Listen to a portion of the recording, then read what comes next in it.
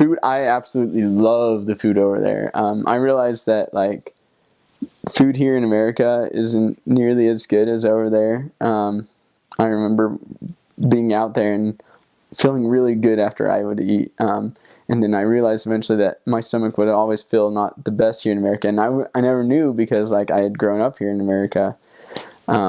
But out there when they don't have like the preservatives or whatever and the food's all fresh, it just makes you feel great.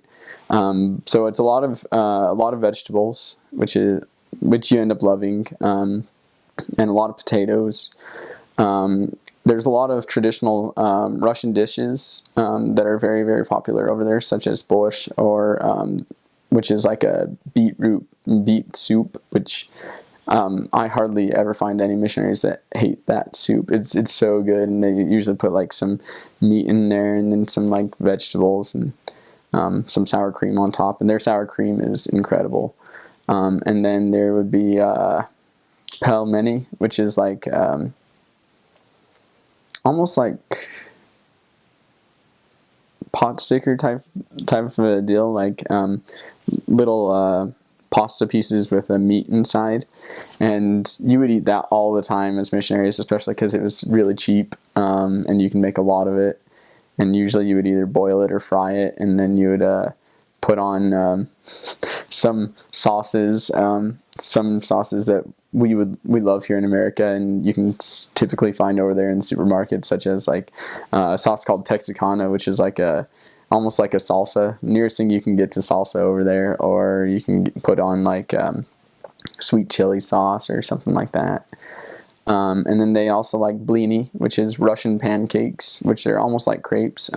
Those are amazing. And if you ever do eat with members, I'd say probably about 6 times out of 10 they'd feed you blini. And it's a really, really awesome dish. And then tea. Everyone's tea drinkers over there. They love their tea. So you have a lot of herbal tea, and you get to like that a lot, especially in the winter. And then each country has its own like little dishes. Like I know Lithuania had one that's called cepelini.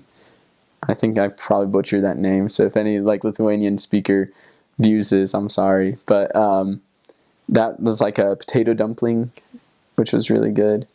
And then typically you'd find like just a bunch of international foods. If you go out to the restaurants, you would find like Chinese places all over the place, or you'd find Turkish food, like Turkish kebabs, which you end up loving.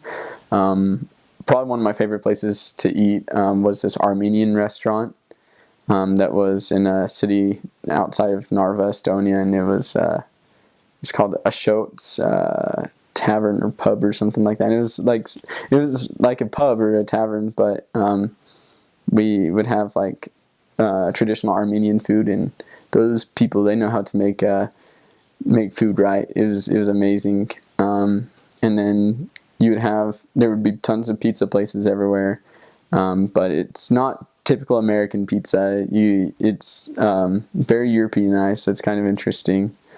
And then as for the dishes that missionaries make on their own, because most of the time we cook ourselves, lots of pasta, potatoes, eggs, vegetables, as I said before.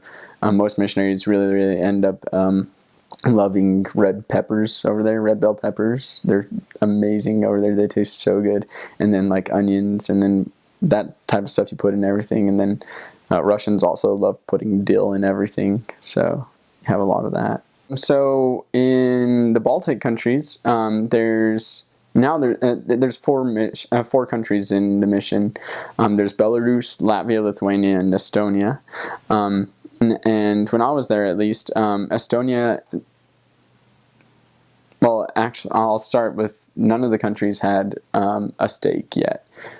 We were all a mission, and so the mission president was, in fact, in essence, the stake president. And then each country had its own district. So the Lithuanians had their own district, the Latvians had their own district. And then if I remember right, and the Estonians had their own district. And then if I remember right, Belarus was paired with Lithuania for one district. And the districts, they would have an average of maybe 4 or 5, maybe 6 branches, possibly more, just depending if there was how many Russian speaking versus Latvian, Lithuanian, Estonian speaking. If you got into the capital cities such as Tallinn, in Vilnius, or in Riga, they would typically have a few different branches. In Tallinn, they had a Russian branch and an Estonian branch, and then in Latvia, they had 2 Latvian branches and 2 Russian branches, and then eventually they actually combined the 2 Latvian branches into one big branch. And then in Vilnius, they also had a Lithuanian branch and a Russian-speaking branch. So that's kind of how the branches worked out. The church is relatively brand new there. Everyone is pioneers. Everyone is converts. Just slowly adding to the number of people. The largest branches, the one in Minsk, Belarus, has over 100 people that are relatively active, and